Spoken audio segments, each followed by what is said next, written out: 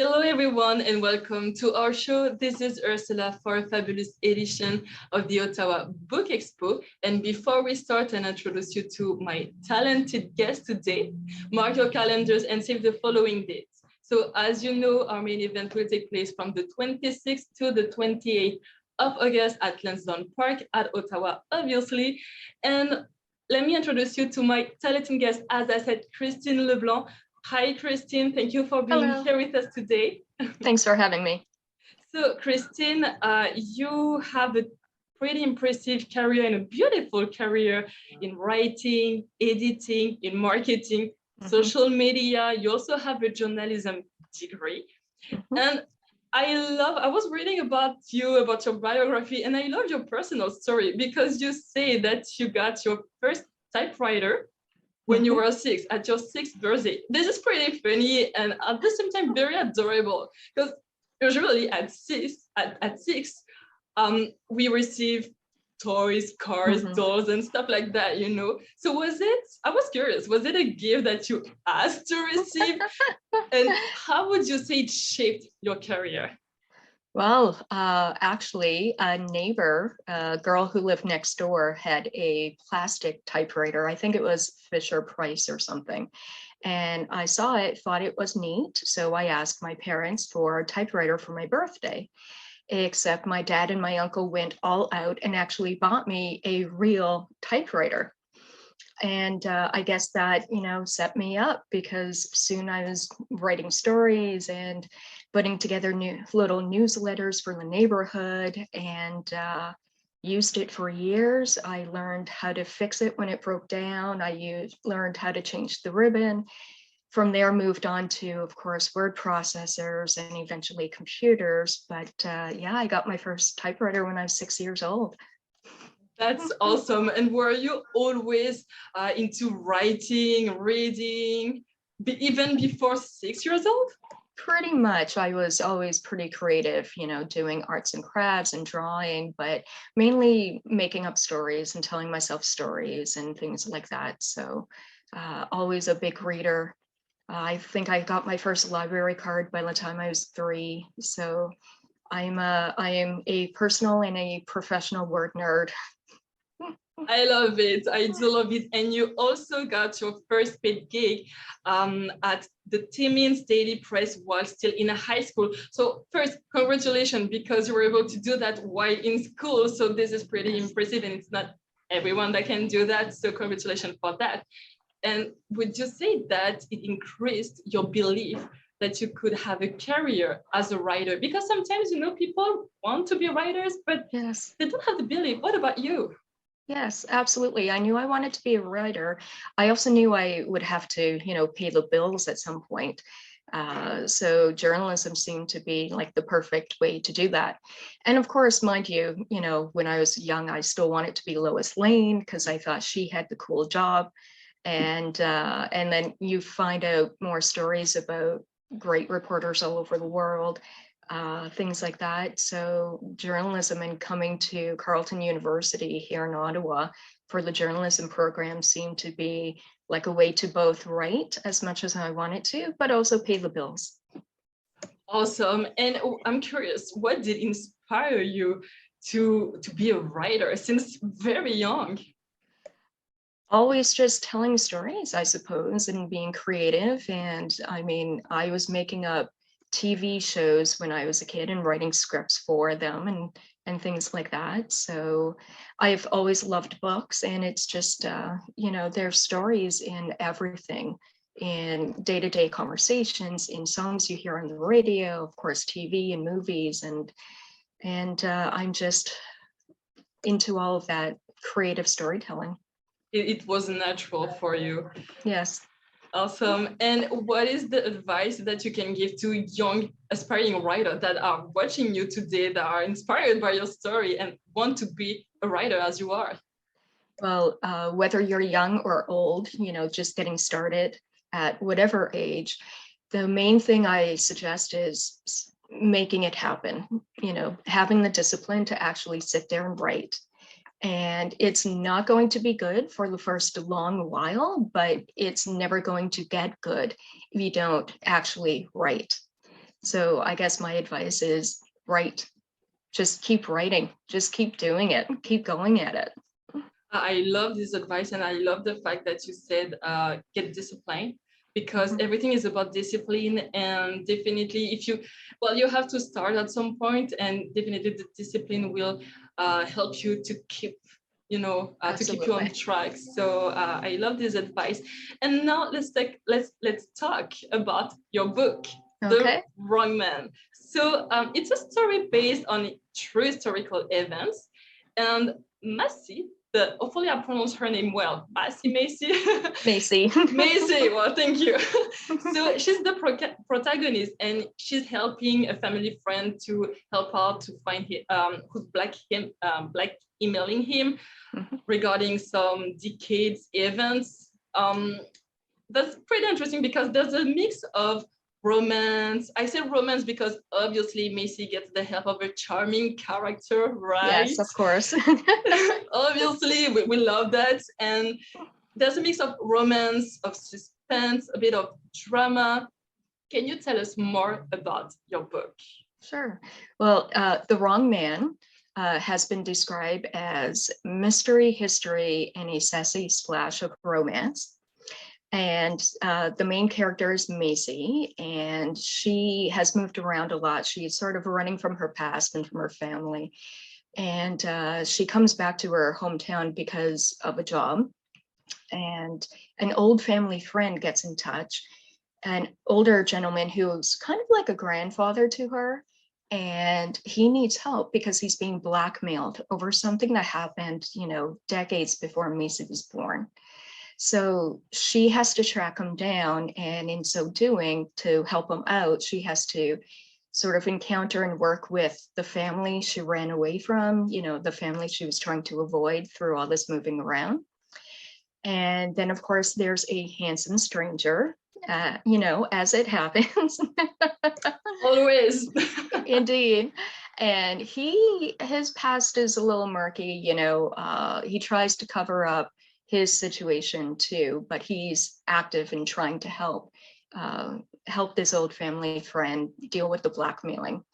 And so the book sort of brings up real events, that happened it's set mainly in Toronto, but events that happened in Ottawa and Montreal. It's set in Canada, and brings in some history.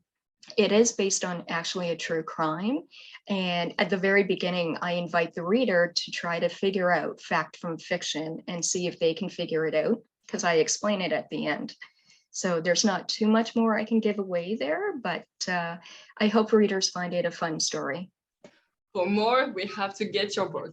And Yes. talking about that, obviously, and talking about that, it is published by Iguana Books, and it is available in print on Amazon. .ca, at Barnes and Nobles, and we also find it on e-print format, actually, ebook format on Kobo and Nook.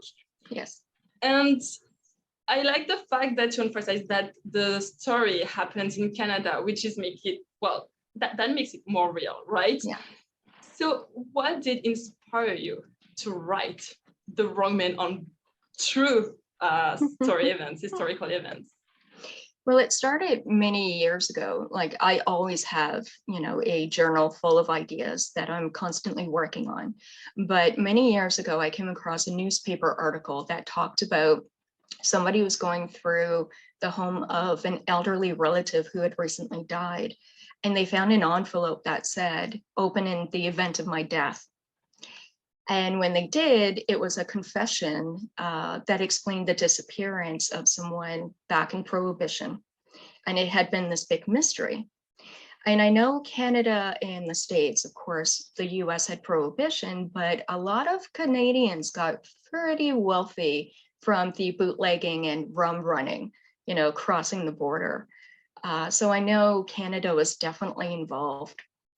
And so that kind of sparked my interest. And originally I was doing research to set the background mystery in the 30s with Prohibition.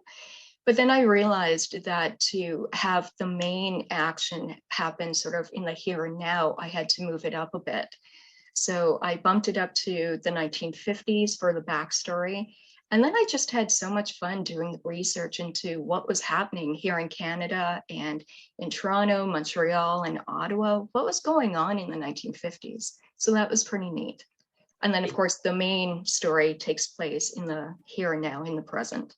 It's the perfect mix with your career as a journalist, as a writer, and your natural creative being, you know. So I love that. And you talk about psychology, which there's a lot in your book. And talking about psychology, one thing that I noticed in your book is that we deal a lot with appearances. Well, for me, it was dealing a lot with appearances. The fact that, you know, at some point we're hiding something, we are not, and everyone is a bit, let's say, anxious about how the image that they have, how people see them and perceive them. Even the title, The Wrong Man, you know, it gives a hint, and it sounds like everything is not necessarily as they look like and as they seem. You know, so what was the message that you wanted to share with your readers? That was basically just, you know, layers of trying to put layers of mystery on, like which man is the wrong one. There's sort of the backstory going on that you learn about throughout, and the present story with the main characters. So depending on where you are in life and what you want out of life and just how circumstances go, sometimes you end up being with the right one, the wrong one. Sometimes the right one appears as the wrong one, and so on and so forth. So it was really just trying to add another layer of mystery to it. So, but you're right, and I'm glad you picked up on the whole appearances can be deceiving point. I love that, because, you know, in reality, well, for me, it brought up a lot of questions, like, okay, so what I see, is it real? And what about the person next to me and everything? So I find it pretty interesting. And I'm curious, what in general inspire you? So you said you're very creative, you love writing stories, but it is historical events like this one that inspire you, or maybe, I don't know, the family? What does inspire you in general? Well, I think Canada has so many cool stories that just don't get told. You know, we don't have a lot of fun fiction, or we do, but we've got such a smaller market. It's so much more difficult for authors and writers to kind of get their stories out there with our own market. So it was a combination of being, you know, sparked by that original newspaper article, and then the research I was doing, and that kind of led me to lots of, well, what if this happened, or how would that work out, or, you know, okay, now I need something happening here, so what would fit? And it's really just a puzzle you kind of piece together. And sometimes I find you'll think one thing, okay, my characters are going to do this, but then you start writing and suddenly they're off doing something else entirely that you weren't planning on. And it's sort of like a journey you take with the characters too. And it was fun to sort of see where they ended up at the end. So at some point it's a surprise for you. You start writing and you're like, I don't know how it will end. I'm just discovering at the same time. Yeah. I like it. And what other writing project could we expect from you? Well, I always have a few on the go. For instance, I have just barely started research on what might be a follow-up to The Wrong Man, but that may take me a while to get to, because, you know, I've redirected my attention to a story I started a few years ago that, again, a newspaper article piqued my attention, and now I'm looking back at that one, sort of weaving in more fact along with the fiction. So there's always something on the go. It just may take me a long time to get there. Awesome. We will let our auditors know anyway. So I find it very interesting, the fact that you mix fiction with true historical events, especially in Canada. Obviously, it doesn't disturb too much the readers to know, is that true? Isn't it? But I love it. I do love it. Thank you so much, Christine, for being with us today again. As a reminder, we can find your book on Amazon.ca, at Barnes & Noble, and in ebook format on Kobo and Nook. It's fresh, it's dynamic, it's, as we said, it's a mix of romance and drama. Obviously, we're talking about, a specific genre, but this is what we love. So for you who's watching us today, if you're looking for something totally different from your routine and have a great moment, The Wrong Man is the perfect book for you. Thank you again, Christine, for your time. My pleasure, and thank you. It's been lovely chatting with you. Thank you so much. Thank you all for joining us for this fabulous edition of the Ottawa Book Expo. Christine and I are waiting for you from the 26th to the 28th of August at Lansdowne Park. Thank you so much again, and see you there. See you.